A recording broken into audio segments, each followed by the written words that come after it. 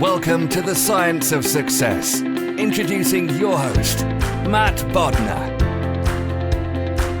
Welcome to the Science of Success, the #1 evidence-based growth podcast on the internet, with more than 5 million downloads and listeners in over 100 countries. Have you seen Star Wars? Are you drawn to the light side of the Force? Or do you gravitate to the power of the dark side? In this week's episode, we're diving into the two sides of influence. Surprisingly, there are two very different schools of thought on the best ways to influence someone. But which style is more effective? And what are the pros and cons of each of them? In order to get to the bottom of this debate, we brought in some incredible experts to make their case on each of these topics. First, we'll dig into the light side of influence. You'll hear from Dreeke. Robin began his career in law enforcement in 1997 after serving in the United States Marine Corps. Robin has directed the behavior analysis program of a federal law enforcement agency and has received training and operational experience in social psychology and the science of relationship management. He's currently an agent of the FBI and the author of It's Not All About Me, The Code of Trust, and the newly released Sizing People Up. Then, representing the dark side of influence, we'll hear from Chase Hughes. Chase Hughes is the founder of Ellipsis Behavior Laboratories and the Amazon best-selling author of the Ellipsis Manual. Chase previously served in the U.S. Navy as part of the Correctional and Prisoner Management Departments. Chase speaks on a variety of topics, including brainwashing, attraction, and frequently develops new programs for the U.S. government and members of anti-human trafficking teams around the world. Both of these experts have incredible backgrounds and some amazing stories. In the end, how you use these incredible powers is up to you. Which side are you going to be on? Sign up for our email list and let me know. I'll even tell you my own personal affiliation, Jedi or Sith. As always, thanks for listening to the show. First up, let's hear from Dreeke. You have an incredible background and story, and some of the work you've done at the FBI is fascinating. Would you share kind of your journey with the listeners? Yeah, sure, Matt. It's actually pretty funny and remarkable, not in the things I've achieved, but because in what I've done with my life and career, completely opposite of what my biological and genetic coding's for. And what I mean is this, and you've read part of it, my bio and background. Yes, I'm a Naval Academy graduate, Marine Corps officer. I came into law enforcement and the FBI in 1997. I served in New York City, Norfolk, FBI headquarters, Quantico. I ran our behavioral team. All those things, they sound pretty neat on paper, and they kind of scream at you hard charging type A, but in reality, and which I am, there's no doubt. But in reality, when you work in the world of counterintelligence like I do, it's completely backwards from the behavior you really need for success.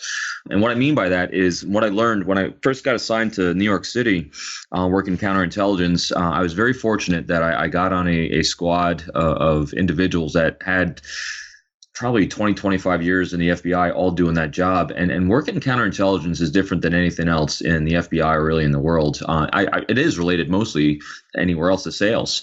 I basically sell a concept that protecting America is a great idea. And the way I'm going to compensate you for that is through a great relationship with me, mostly, not much else. Government funding me what it is. It really comes down to, this feeling of patriotism and having a great relationship. That's going to be the inspiration behind why people are going to want to cooperate with you. And also working in counterintelligence, it's all leadership, because the people that I interact with day in and day out, they don't commit crimes. I mean, it's very rare that, my whole main job in New York was to recruit spies. 99.99% of the time, they're just getting regular information, open source information, and sourcing it to an individual so it has value. And most of the information is, like I said, it's open source. Who it comes from makes it valuable. And the people they interact with are great Americans, or citizens as well. So, the challenge is, all right, so if you're a hard charging type A that's used to trying to convince and coerce and manipulate people into giving you things, it doesn't work. It just does not work, because, as soon as someone walks away from any engagement with you, think to themselves, wow, I really wonder what he really wanted. You've totally failed, because there's doubt, there's subterfuge, and people are, very, very keen to pick up on these things, because what generally happens, and we've all experienced it, whether it's been a shady car salesman or any other kind of salesman, that is actually there for profit and gain to take advantage of you. People pick up on that because there's incongruence between people's words and the things they say, which they might be saying all the slick lines, everything really great, but their body language becomes very incongruent with what they're saying. And our ancient mammalian brain really picks up on these things, and it gives us that creepy feeling. Well, when you actually genuinely make it about everyone else, and that's what the Code of Trust is about, how to make it about everyone else but yourself, but you have a lot of clarity, the destination that you hope to move to, but you realize that you can only do that through being an available resource to the prosperity of others. And so that's what the whole thing is about. I did this for years on the street. I got on our behavioral team. And again, I'm not naturally born leader, not naturally born doing this, but I was surrounded by greats that were showing me and modeling the way. And so you learn these things through on-the-job training, osmosis, and observation. But what really started happening was I started writing because I was asked to write about it. And when I got down to Quantico, when they started asking me to teach about it, you start making this art form as it is, an interpersonal art form, a paint by number. So you start giving labels and meanings of things so people can start recognizing the behaviors they've already been doing. I call it the new car effect. And I always get a puzzled look when I say that. But really what it comes down to, the days you buy your new car or any car, all of a sudden you start seeing that vehicle everywhere. I mean, I own a Tundra. The day I bought my Tundra, I swear, I think 300 people in my town bought the same darn truck because it has that label and meaning. So that's all I do is I give labels and meanings to all the behaviors that we do when we're having a great relationship so you can repeat that behavior and understand also the ones that you've might have failed at or were more challenged at, to understand exactly what you were and weren't during those situations so you can stop doing those behaviors. So that's been the journey. Probably the Code of Trust came about around 2013. I was running our behavioral team, and someone asked me to do an article again on counterintelligence. And I said, well, I can't really talk about hooky, spooky spy stuff. But I said, let me talk about what my team does. And I had never really sat down and contemplated, when I sit down and strategize, any kind of operation I'm doing, what am I actually doing? And then I reflected on every instance of my entire life, my career in the Marine Corps, in the Naval Academy, and with my friends, family, kids. I started realizing that, wow, in every encounter, all I'm ever doing is strategizing trust.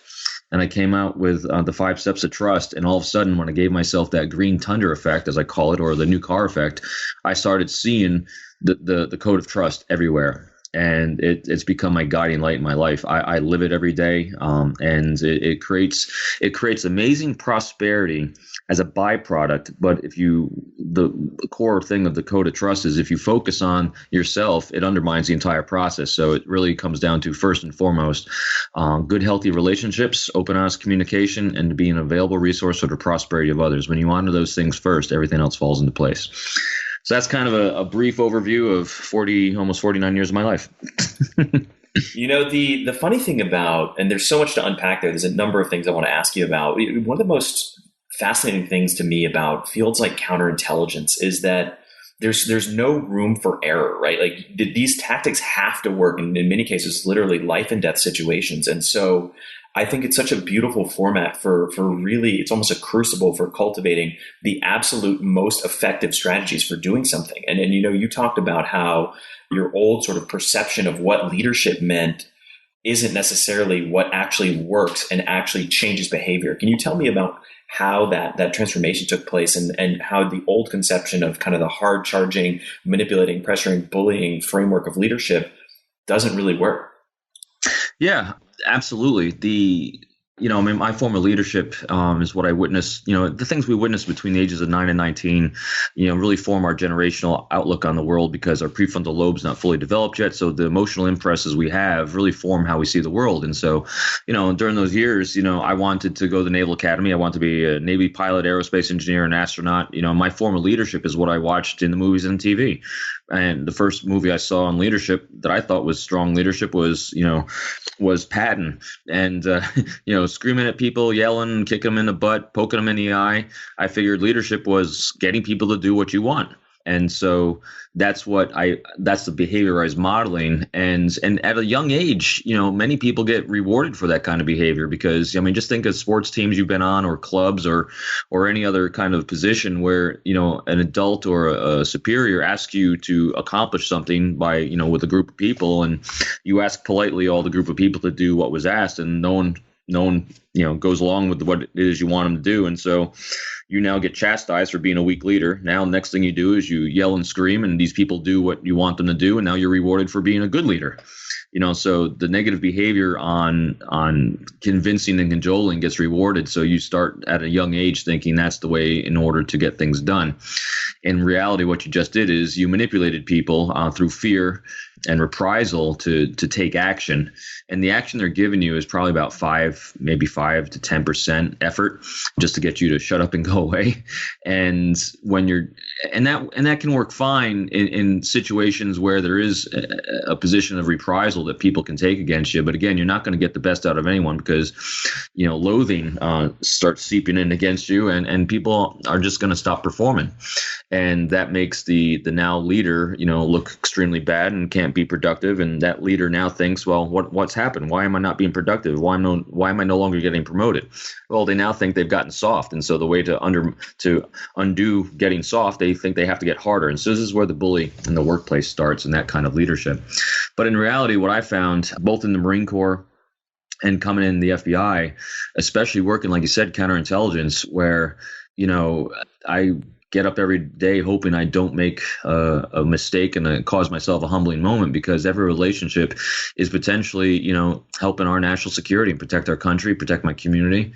And I don't have the luxury of, making mistakes. I mean, I'm extremely hypercritical of myself and all my conversations, dialogue. So I care passionately about not making a mistake. And what I found is, especially when you work in the world as I described to you, there are no criminals. Very, very few are criminals. And even if someone is manipulated good-naturedly by accident by someone trying to take advantage of them, they're very unwitting that they've even done anything wrong. And so in my entire life and career, the last 20 years, I've never made an arrest in the area I've done. I've only done things that, hopefully build relationships strong enough so we can garner the information we need to protect our country. And so when people don't have to talk to you and you can't rely on your title and position, you better know what to do. And that's what the other thing I really found out too, is that people do not care about your title and position whatsoever. I mean, be FBI in New York City, knock on a front door and see what people think about you if you start showing a badge and everything. It really comes down to not your title and position, but how you treat them. And if you treat them and talk in terms of their priorities, you validate them, you validate their context, you don't argue their point of view on things, and you genuinely, and this is the real key to this, you got to be genuine, sincere about your desire to understand them as a human being and their motivations and priorities in life. Before we get in too deep into that, because I really want to go deep down that track, tell me about, you mentioned the importance of kind of really honest self-awareness and self-assessment. Mm-hmm. Yeah. So as in the Marine Corps, there was the 14th leadership principle I learned was know yourself and seek self-improvement. One of my more humbling aha moments in life was, I remember I was stationed at Cherry Point. I was in the air wing, but on the ground side. And so we were really bottom heavy. We had a lot of junior officers, and I think we had about 14 or 15 of my rank as second lieutenant. And I remember my first assessment, I was ranked last out of them all.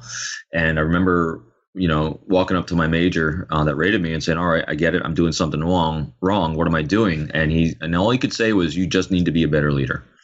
And it was very subjective. And so I didn't understand what that meant, but it bothered me. It's like, all right, I am doing something wrong. And what I started discovering was, and everyone has this, that what I thought I was projecting to the world was not what the rest of the world was seeing.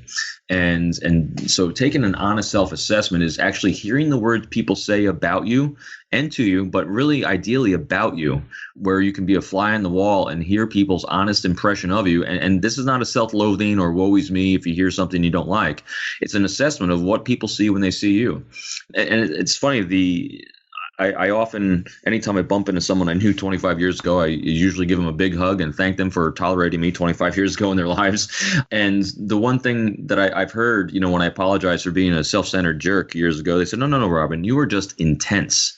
And when I hear something twice, I do an assessment of it. And so I analyze what intense looked like to other people. Intense looked like just me being a good guy to me, because very rarely do people get up in the morning and say, all right, today I'm going to treat people really horribly and be a jerk. But ultimately that happens sometimes, not because we want to, but because there's this incongruence again between what we feel and what's get hijacked that comes out of our mouth because of our ego, vanity, and insecurities.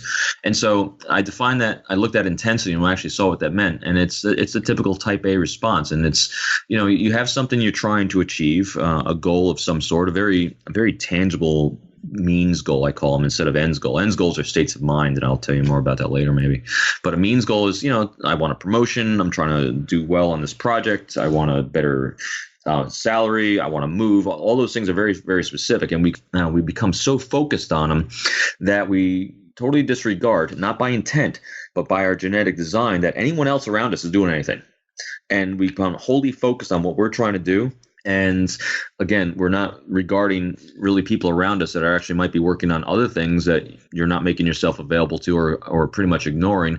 And you combine that with a tempo that is out of sync with the others around you, because again, you have that higher tempo of activity. It really becomes off-putting to other people, and it looks like a narcissistic megalomaniac jerk. And was that in the heart and soul of the individual, of the type A? No, they are totally clueless about this until you actually have those aha moments and listen to the people around you, take feedback, and ask yourself, is that the behavior I want to be exhibiting or not? And if it's not, what can I add to myself to have that behavior stop being that way?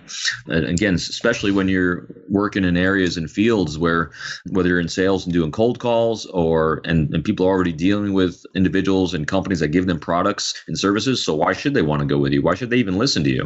If you come across with that kind of intensity, people are just going to shut down because you're not really regarding them. You're more focused on what you're trying to do rather than being a resource for others' prosperity. So that was probably the first time where I had that. I've had multiple, I think everyone does, multiple moments in your life where you create yourself a humbling moment. Every day I wake up and I hope I don't cause another one that day. I haven't had one in a while, and it's important to keep that ego and vanity in check, because when you don't, the mouth will runneth away and you become self-centered and focused, and there's no reason why any individual should want to listen to you if you're not talking in terms of what's important to them.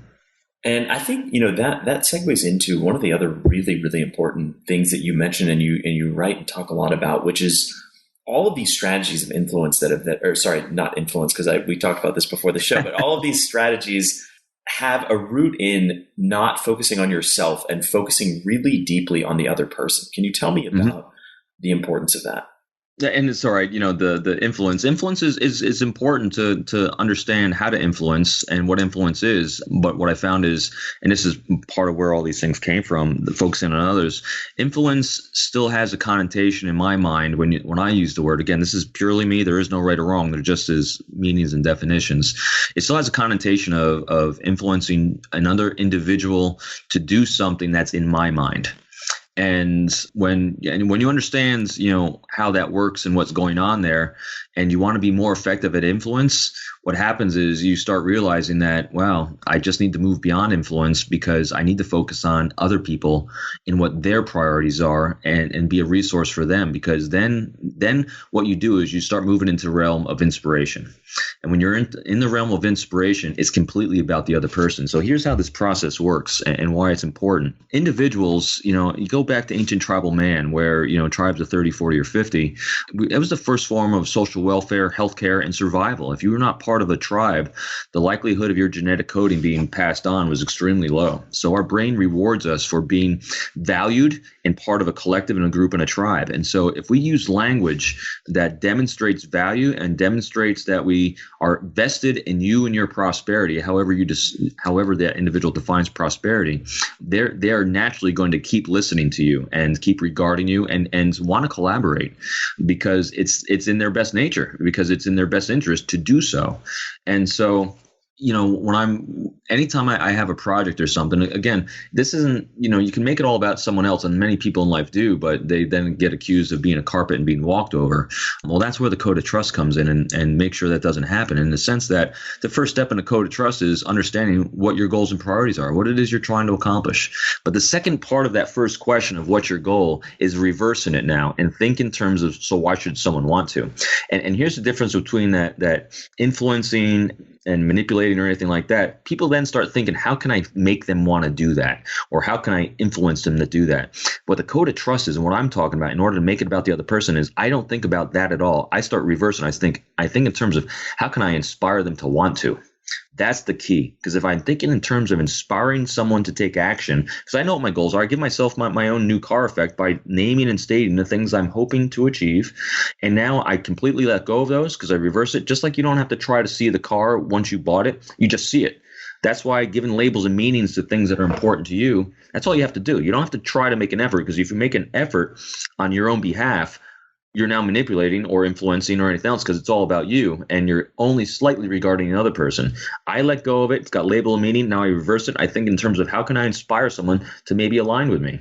In order to inspire someone, I have to know what their priorities are, long-term, short-term, personal, professional. I have to talk in terms of those priorities. I have to demonstrate their value, and I demonstrate value by 4 really simple statements I always include in conversations, emails. I'm going to seek thoughts and opinions. Because when I demonstrate that I'm seeking your thoughts and opinions, I'm demonstrating you have value. Human beings do not ask other human beings what they think unless they have value. So when you do that, people's brains are rewarded with dopamine because you're demonstrating their affiliation. When they're affiliated, that means that it's good for their survival. Dopamine's released in the brain, oxytocin, serotonin, all the pleasure centers are firing because you're demonstrating value and you're demonstrating affiliation. So next, I'm also going to talk in terms of their priorities. If I don't know what their priorities are, I'm going to ask them, what are their priorities? Next, I'm going to validate them. And validation, it's a beautiful, very, very broad term that demonstrates that you're trying to understand without judgment the human being you're engaging with. Doesn't mean you necessarily agree, because this isn't about agreeing with and just placating. This is about validation, which means understanding. And finally, I empower you with choice. Again, we do not give people choice unless we value them and there's affiliation. Now, here's the fun part. If I know what your priorities are and I make myself available resource for your priorities and your prosperity, and I already know what mine are because I've already labeled them before I even engage, when I empower someone with choice, I'm empowering them with choice with naturally overlapping priorities, mine and theirs. And then it's up to them whether they accept it or not. And if they don't, that's fine too, because it's all about them, their timing, their perspective. And here's what I can guarantee. I can absolutely guarantee you, if I know exactly what your priorities are, as I said again, long-term, short-term, personal, professional, and I'm making resources available for you, your success and prosperity in those areas, I guarantee you're going to take that action. There hasn't been a time yet when it hasn't. And now what happens is what most time triggers is that there's the need to reciprocate by other individuals, that you're a resource for their prosperity. You can't keep a scorecard. One of my things I love to say is leaders don't keep scorecards, because then there's an expectation of reciprocity, and then you really did it for you, not them.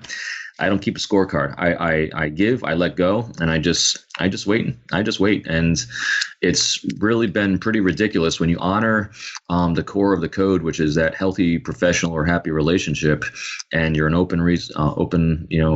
honest communications. Everything falls into place. It flows very, very easily. And the more you create these healthy relationships with more and more people, they actually have and it's also a very calming effect on your own mind, because you can't really engage people successfully if you're emotionally hijacked all the time. Stress, anger, discontentment, resentment, frustration, all those things cloud our judgment. The code of trust clears the cloud, and you can actually objectively see exactly the path to where you're trying to go, and more importantly, where others are trying to go. And one of the things you touched on, there's so many things I want to dig into from that, but one of the things you touched on was this idea that in the counterintelligence world, in many cases, people either don't want to reach out to you or explicitly are trying to avoid contacting you, and you have to almost reverse engineer them wanting to reach out to you. Can you talk about that strategy and more broadly about the strategy of getting someone's brain to reward them for engaging with you? I'll start with your last question first, because it'll be easier to answer the first. And if I lose track of it, because as you can tell me, I can talk forever about this, and I get sidetracked in my own brain on it. So I apologize if I do. So the goal for me at every engagement with everyone is to get their brain to reward them chemically for engaging with you. And we've already covered how that works. If you demonstrate value and you demonstrate affiliation and you understand someone's priorities and you talk in terms of their priorities, and even more importantly, if you have resources for them to move forward on those priorities and their own prosperity as they define it, their brain's going to reward them. Guaranteed. I guarantee you shields will be down. There will be no resistance, and there'll be a great dialogue and conversation. And where it goes from there is really up to them and their tempo. And so that it's a very simple concept that I just keep in my mind is that, what does every human being I'm engaging with, what do they need, want, and dream of? And just make sure that I'm talking in terms of those things. Oh, and honesty is really the key to this too, because if you're making stuff up, do people pick up on that? Absolutely. And that's where you start getting that incongruence of the mind and the heart and the mouth of what's going on. So when I do validation, like I only start out conversations, especially if they're going to be a little more challenging than others, or if it's a brand new person I'm meeting, I always start out with a specific non-judgmental validation of a strength, attribute, or action that I've witnessed in their life or in immediate time or anything. And if I have nothing to validate in that opening statement, the biggest thing I'm going to do is I'm going to validate their time, because people's time is very valuable, and to have them share it with me, I am beyond grateful for it. So if I have nothing that I can validate at the start, I'm going to validate the time, because again, I'm just very grateful for it. So now translating that into, working in counterintelligence, to me, it's really working anywhere that, sometimes you can deal with people that might not want to have a relationship with you. And that's completely okay. Matter of fact, one of the most challenging, every now and then you hit these situations where, you got a cold call to try to, get a piece of information or just a question answered on something, and people do not want to engage with you. So the first thing I do in those situations is I validate that, I understand how you don't want to deal with someone like me from the United States government. I completely understand. If you want me to leave you alone, if you just respond to this and tell me to leave you alone, I'll do it. But if not, if you can provide this, and then here's the reason why I'd like that, it might be of a help to others. If that's something that interests you, let me know. Again, just respond to me if you don't want me to engage you, and I'll leave you alone. That way I at least get a response. And what did I just do? I talked in terms of them, their priorities, because what's their priority? Leave me alone. Again, I don't judge. You can't judge whether that priority is aligned with yours or not. Who cares? It's all about them. And those are the ones that are resistant. But in all honesty, the times that happens are exceptionally rare. Because again, if you're talking in terms and figuring out what someone's needs, wants, dreams, and aspirations are, personal and professional, and you're talking in terms of those, you're seeking to understand those, you're validating those, and you bring to bear resources to further those for them, why wouldn't they talk to you? The only reason they wouldn't is either they lied about their priorities, their subterfuge, or some other thing that they didn't make you aware of. And so again, it's not what you did or didn't do, it's all on them. And it's not going to be a very good relationship anyway, because they don't want one. So why force it? You can save a lot of time and just break contact, and then even in those instances, you got to leave them feeling better for having met you and having engaged with you, those brain rewards. And why? Branding is everything. I have no problem if someone tells me they don't want to talk or don't want to share or don't want to cooperate, because you know what? If not you, it'll be someone else, and I'll never get another one else if you break contact with me and I ruined your day. I mean, just think about this. So say you met me and we had a conversation 9 to 10 o'clock in the morning, and it went horrible. I tried to convince you of things. I could try to cajole you, try to manipulate you, and you just walked away feeling horrendous. Whether you even talked about me or not for the rest of the day, it put you in a bad mood. And now everyone you touch in your entire sphere of influence that entire day, or even a couple of days, maybe a week, maybe a month, who knows? They're touching you and seeing, stress, anxiety, all the negative emotions you caused, and it leaks out where it came from. It came from this engagement with this Robin guy. Now, and contrary to that, if I leave you feeling better for having met me and I made you feel great for the conversation, your brain's rewarding you, I demonstrated your value, I'm talking in terms of your priorities, even if you say no, you don't want to cooperate or have a relationship, or if you're in sales, buy what you're selling, and if you're completely fine with that and you let it go, now for the rest of the day, weeks, month again, someone's leaving the engagement with you with very positive emotions, in a great state of mind, and people like to feel that way. And so they're going to start seeing that. And so in other words, you caused a calming effect here. It's going to cause a calming effect in their entire sphere of influence. And again, that goes to branding. So I never think ever about just the one person I'm engaging with. I think about their entire sphere of influence from that point on. And I always want good branding. And again, if someone doesn't want to engage, that's fine. And it's funny because when you empower people with choice, with walking away and not dealing with you, how many times I've actually had someone walk away and not want to deal with me? 0 so far since Dakota Trust. And why? Because I keep talking in terms of them. People love, think about this. On average, think to yourself, how many times a day do you hear words in every single statement that someone says that are completely about you? And meaning, is someone asking your thoughts and opinions? Is someone talking in terms of your priorities? Is someone empowering you with choice? Is someone validating your thoughts, ideas, and context of how you see the world in every single statement you say? No. I mean, on average, I think even our closest friends and family maybe do it 2 to 5% a day. When you actually do that in 100% of the time when you're engaging someone, and so every statement coming out of your mouth, their brain is rewarding them for you, for being around you, why wouldn't they want to be around you? And so one of the core principles of inspiring people is the idea you just talked about, which is essentially this notion that if you focus really deeply on other people, making your statements about them, speaking in terms of their priorities, seeking out their thoughts and opinions, in a very biological sense, their brain is releasing hormones and chemicals that are making them like you, want to engage with you, and want to be part of what you're doing. 100%. And again, it goes, evolutionary psychology, the ancient tribal brain, it's rooted in us. I mean, the best analogy I can give to, without, going into, I think it was April around 2012 that Harvard did a study where they actually wired up people's brains and saw that when people were talking about themselves and their priorities, dopamine was released. But the easiest demonstration you can do of this is, I always ask this question when I'm dealing with a crowd that I'm engaging with in training. I always ask, how many of you have actually traveled overseas for pleasure? A lot of hands go up. I said, great. What happens when you bump into another American? And without fail, everyone starts smiling and laughing. And yeah, because what you initially do is you ask, well, where are you from? And if they're from anywhere even near your state, you start collaborating and thinking about things that you've been doing in the same areas. You start thinking about places you might have traveled in the same time frame. Then you actually start talking about, do you know so-and-so? You keep trying to build linkages because your brain is saying, someone from my tribe, and it brings comfort. So we keep trying to build that comfort. That's why when you go any place, and you're taking training or you're giving a conference or even in a crowd, we generally coalesce into our mini tribes. When I give training to law enforcement or something, all the different departments, they sit together. You don't have to tell people where to sit. People clump together according to their comfort and their tribe. It's a natural human reaction. And so knowing that, you can actually use your language to demonstrate that affiliation. I mean, that's what people do all the time. I mean, every time someone shares a story or an anecdote, which is most of life when engaging, all you're doing is demonstrating value and demonstrating affiliation. And people just are so anxious to tell their side of the story, to tell the thing that they did on the weekend, because they're seeking that validation and acceptance as well. They're not even listening to anyone else. They're just waiting for people to shut up so that they can tell their story. Again, because the brain is saying, go, go, go, go, go, go. Fascinating insights from Robin. Now that we've heard about the powers of the light side, let's dig into the dark side in our conversation with Chase Hughes. Well, we're really excited to have you on here today. So for listeners who might not be familiar with you and your story, tell us a little bit about your background and the world that you come from.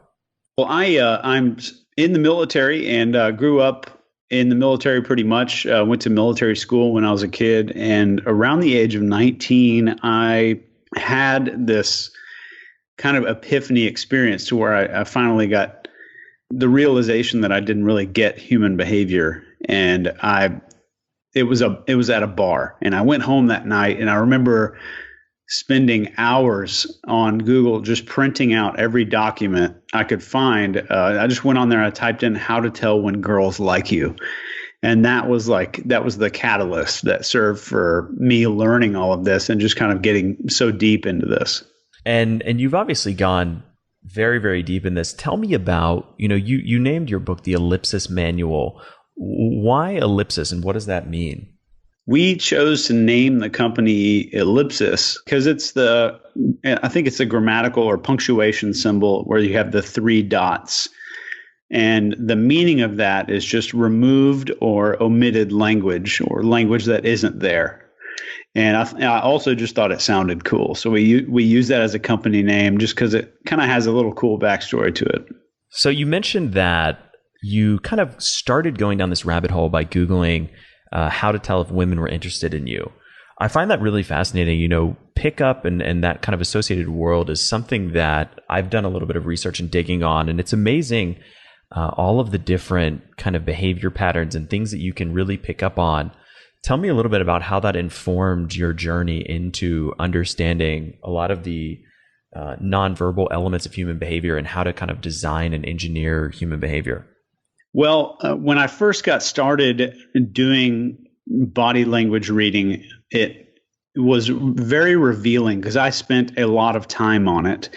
And it got to a point where at first it's depressing almost at the beginning, because you just see that every human being is suffering in one way or another. And I think that, we're all suffering so much that seeing the way that someone hides their suffering is usually the most powerful and revealing piece of information you can get. And after that period, it kind of just humanizes everybody to the point where you can see those weaknesses or those fears or insecurities. And it's not a point of looking down on someone because you can see all that. It's a point of just, that guy's just like me. That guy who used to be threatening is just as scared as I am in this situation, or just as flawed as I am. And seeing that was just a huge eye opener for me that changed the way I see people forever. So I wanted more of that. And it's very addicting, especially when you really dig into it and spend some time learning behavior. It got to the point where I started doing social profiling and behavior profiling. And then I got into conversations and how to analyze what people are saying.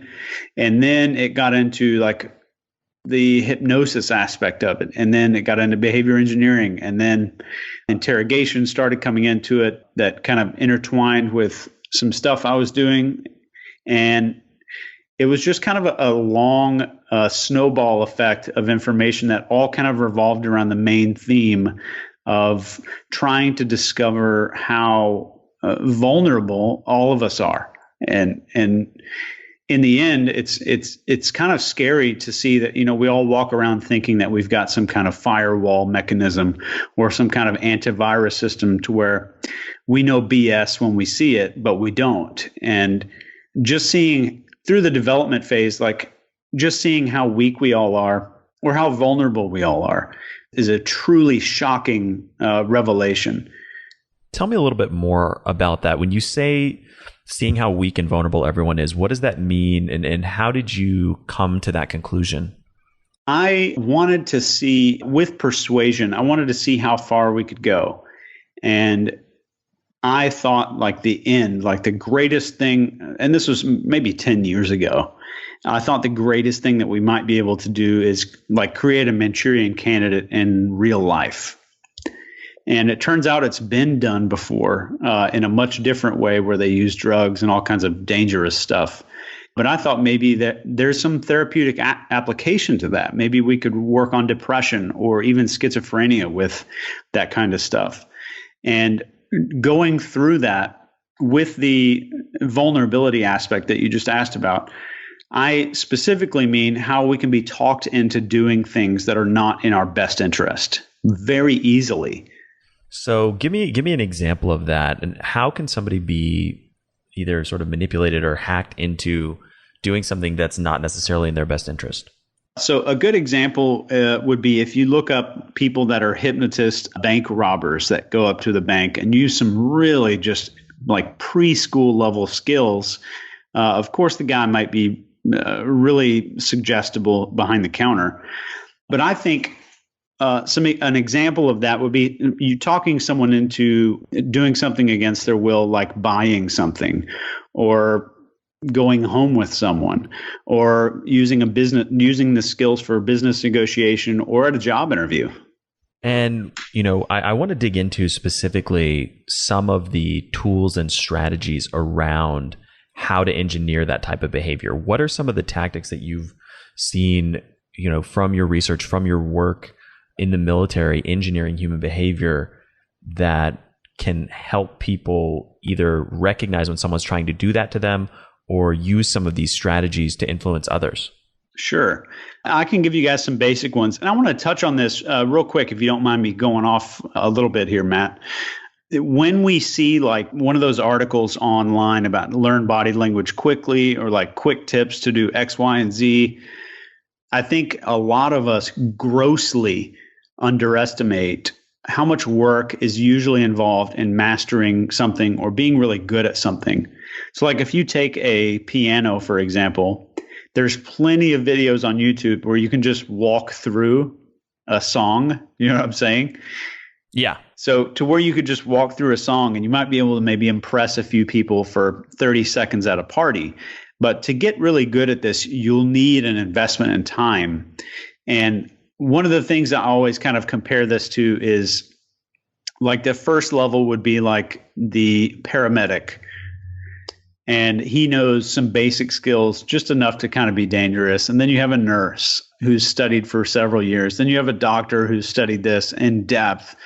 And way down at the bottom, underneath the paramedic, you have the guy who watches like Grey's Anatomy and thinks he's a doctor.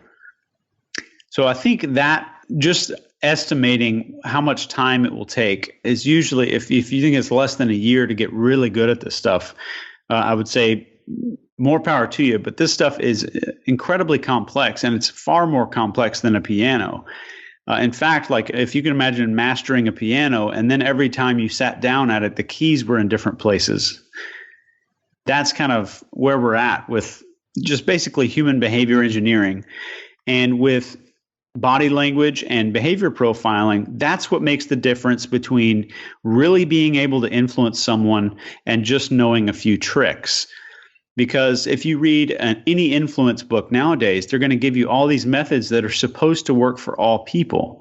But every single person that you talk to is different. It is fundamentally different from the core of their being. And if you can't see that and you can't profile that and kind of tailor what you're saying and doing to meet that person's needs or their fears or weaknesses, whatever you're trying to do with that person, you're going to get some really basic level success.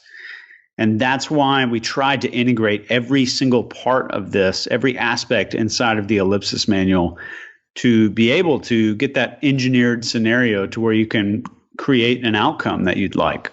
So for your listeners specifically, I would say one of the main things you need to start doing every single day is disengage people's autopilot response.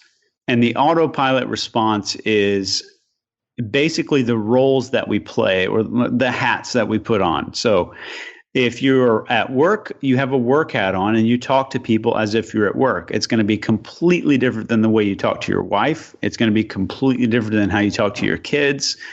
So we change roles throughout the day. And once we get into a role, our neurons that have kind of connected for that role start to fire in sequence there, just to where everything is kind of automated and we're not really paying much attention to what's going on.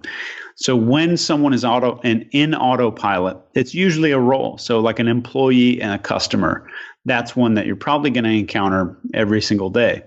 I would say breaking someone's autopilot is the most fantastic way to start capturing that focus and the attention that you're going to need. And breaking autopilot can be done with anything that breaks them out of their mental state. So if you're getting a coffee at Starbucks and you ask really quickly which direction northeast is, just to make them start, they've never been asked that question before, they start going internal to their head and they kind of break out of that employee mode for just a few seconds. And then you start doing what we call FIC, which stands for focus, interest, and curiosity, which you want to develop in sequence. And a really good technique for developing focus is just talking about focus. Does that make sense? Tell me more about that. Okay, I didn't know how far you wanted to go in here. Yeah, no, I want to dig into, I want to learn a lot. Tell me about FIC and tell me specifically about how we can kind of cultivate each of those pieces. And then I still want to drill down a little bit more as well and kind of how we can break someone out of a pattern. Okay. So FIC is focus, interest, and curiosity. So the first part of that is focus. And the easiest way to establish or get someone to start focusing on you is to have authority. And I know you wanted to talk about that. And this would be a great segue to that. Perfect. Let's dig in. Let's dig into authority and then we'll come back to FIC. Great. So let's talk about focus. The main way, the number one way that human beings start to focus on something or view it as important is when someone has authority. And authority is probably the most important thing that you can possibly master. So there's a thing in our brains called the reticular activation system, or the RAS, which is kind of like a precursor to the fight or flight response. So this RAS is consistently looking for threats, things that are threatening to you, or things that are socially valuable. So if you're in a doctor's office, all of your attention is going to go to the doctor. If you get pulled over by the police, all of your attention is going to go to that person. If you're sitting in a restaurant and George Clooney walks in and starts talking to you, all of your attention, no matter what you were doing, is going to go to George Clooney. And that has to do with social authority or perceived authority.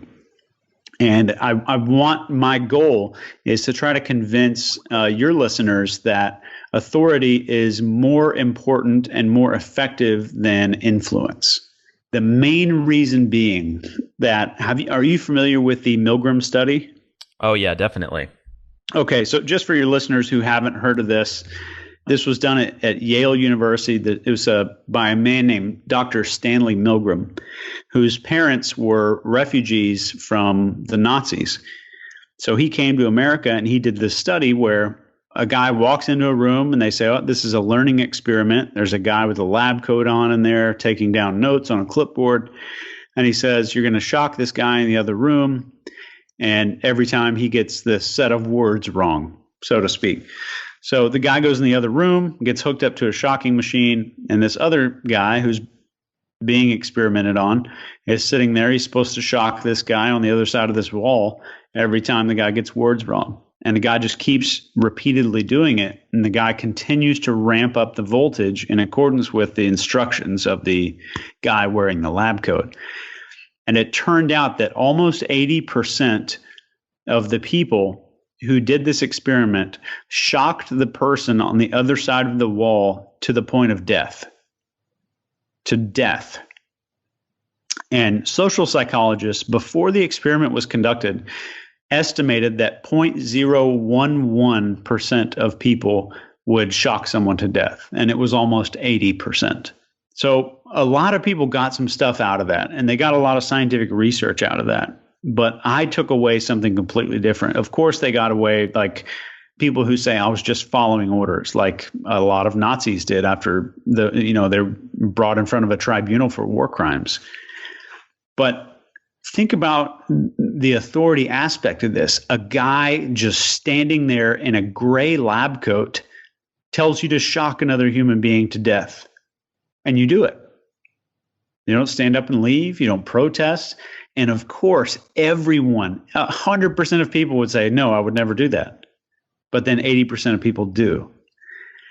So a man with no medical name tag on, he has no identifying marks other than he's just wearing a tie and a lab coat.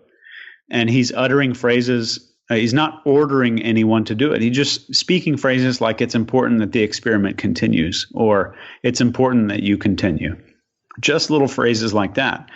So let's go back to influence and contrast these two things together. So with influence, it might take you 2 hours to talk somebody into buying a new car, per se.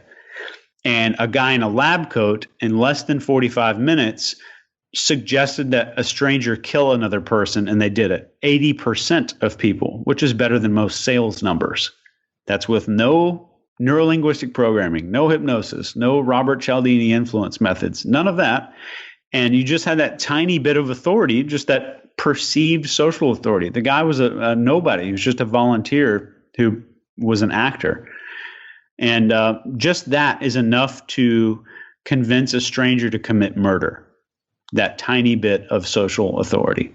That's fascinating. And the Milgram experiment obviously is one of the kind of groundbreaking and fundamental experiments in psychology. For listeners who want to dig in, we actually have a previous episode, which I'll link to in the show notes, where we go super deep on the authority bias. But I'm curious, tell me, what are some of you write about and talk about the idea of hacking this sort of authority and how we can create it. What are some of the factors that we can use in order to hack authority? There are 5 basic qualities that dictate authority, and one of them is interchangeable, and I'll give them to you now. They are dominance, discipline, leadership, gratitude, and fun, or just having a sense of adventure. And the first one, dominance, does not mean being domineering. You can be dominant and still be completely supportive and nice to everyone around you. It's a common misconception that you have to be mean or serious all the time in order to be dominant. You can be a really fun person and just be a natural leader. And the only thing that dominance can really be replaced with is ambition. So if you think about like the starving artist who is opening a new art gallery or something like that. So that's the only thing that we found that can be replaced. So those 5 qualities really dictate whether or not other people respond to you, and especially the opposite sex, whether or not you will have that automatic kind of obedient response. And it's not necessarily an obedience response. What happens when we get exposed to authority, we go through what Dr. Milgram called an agentic shift.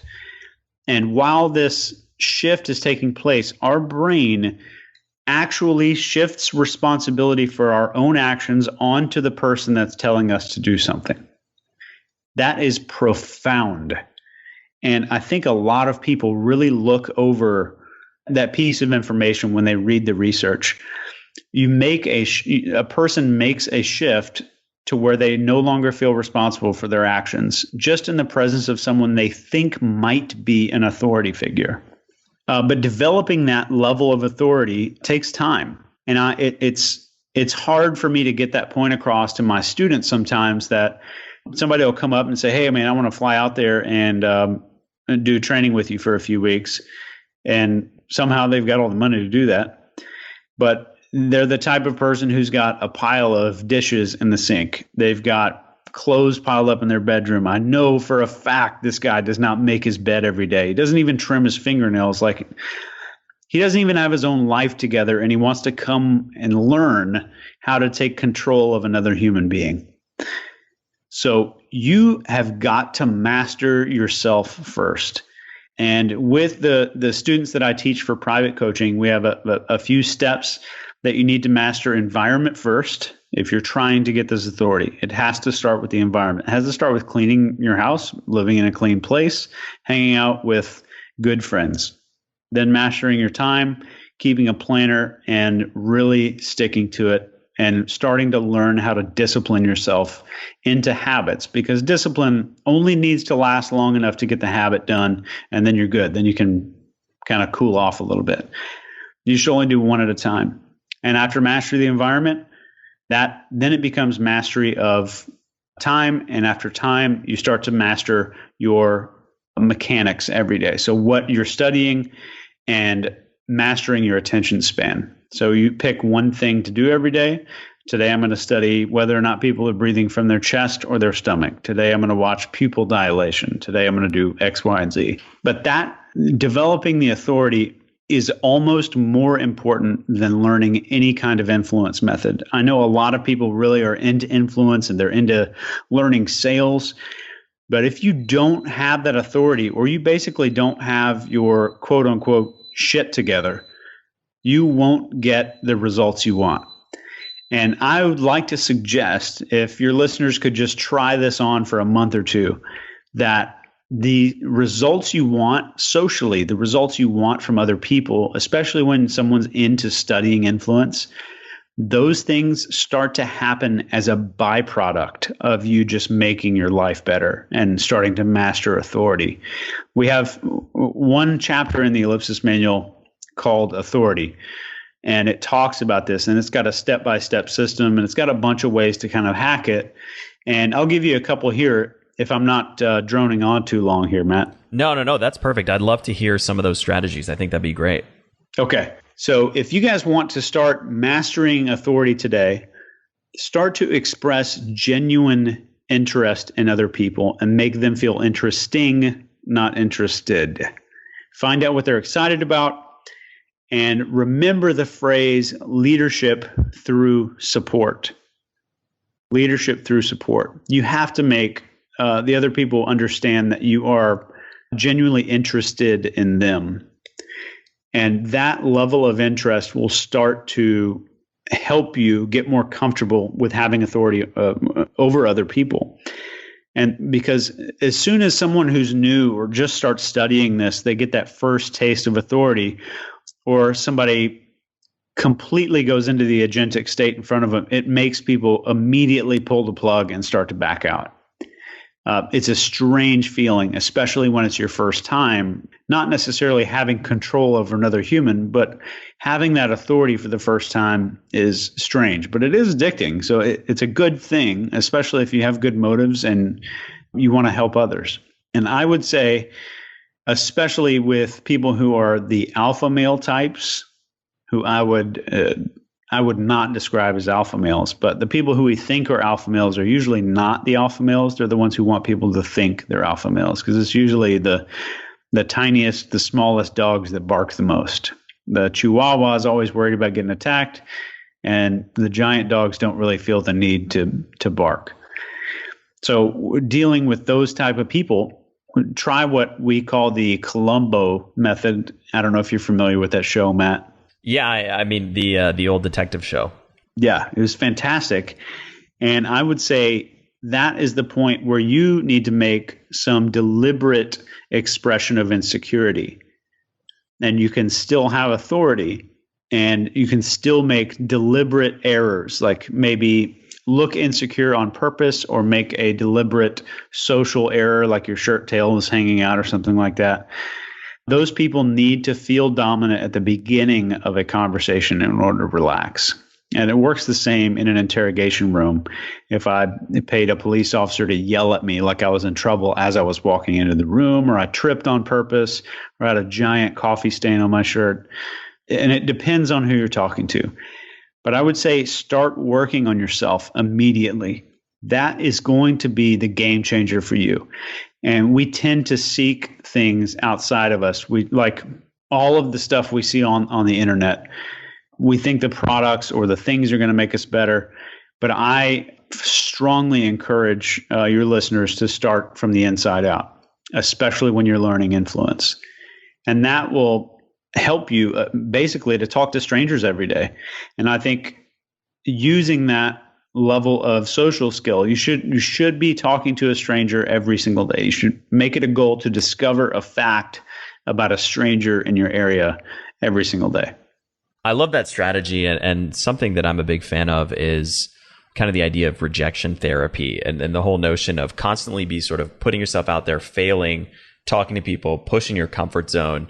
And even something as simple as talking to a stranger every day can be a great way to start to get outside that comfort zone and work on your ability to interact and connect and talk to people. Absolutely. And I think the comfort zone thing is really what's going to hold people back. And starting a conversation starts to get easy, then you need to take it to the next step, because you're back in your comfort zone once it becomes easy. Then you need to start going further. Wow. Some incredible philosophies and tactics on both sides of the fence. I hope you enjoyed this week's unique episode, and don't forget to go to successpodcast.com, sign up for our email list, and shoot me an email. I'll let you in on the secret. Am I on the side of the light, or am I drawn to the power of the dark? See you on the next episode of The Science of Success. Thank you so much for listening to The Science of Success. We created this show to help you, our listeners, master evidence-based growth. I love hearing from listeners. If you want to reach out, share your story, or just say hi, shoot me an email. My email is matt@successpodcast.com. That's matt@successpodcast.com. I'd love to hear from you, and I read and respond to every single listener email. I'm going to give you 3 reasons why you should sign up for our email list today by going to successpodcast.com, signing up right on the homepage. There's some incredible stuff that's only available to those on the email list, so be sure to sign up, including an exclusive curated weekly email from us called Mindset Monday, which is short, simple, filled with articles, stories, things that we found interesting and fascinating in the world of evidence-based growth in the last week. Next, you're getting an exclusive chance to shape the show, including voting on guests, submitting your own personal questions that we'll ask guests on air, and much more. Lastly, you're going to get a free guide we created based on listener demand our most popular guide, which is called How to Organize and Remember Everything. You can get it completely for free, along with another surprise bonus guide by signing up and joining the email list today. Again, you can do that at successpodcast.com, sign up right at the homepage, or if you're on the go, just text the word SMARTER, SMARTER, to the number 44222. Remember, the greatest compliment you can give us is a referral to a friend, either live or online. If you enjoyed this episode, please leave us an awesome review and subscribe on iTunes, because that helps boost the algorithm, that helps us move up the iTunes rankings, and helps more people discover the science of success. Don't forget, if you want to get all the incredible information we talk about in the show, links, transcripts, everything we discuss, and much more, be sure to check out our show notes. You can get those at successpodcast.com. Just hit the show notes button right at the top. Thanks again, and we'll see you on the next episode of The Science of Success.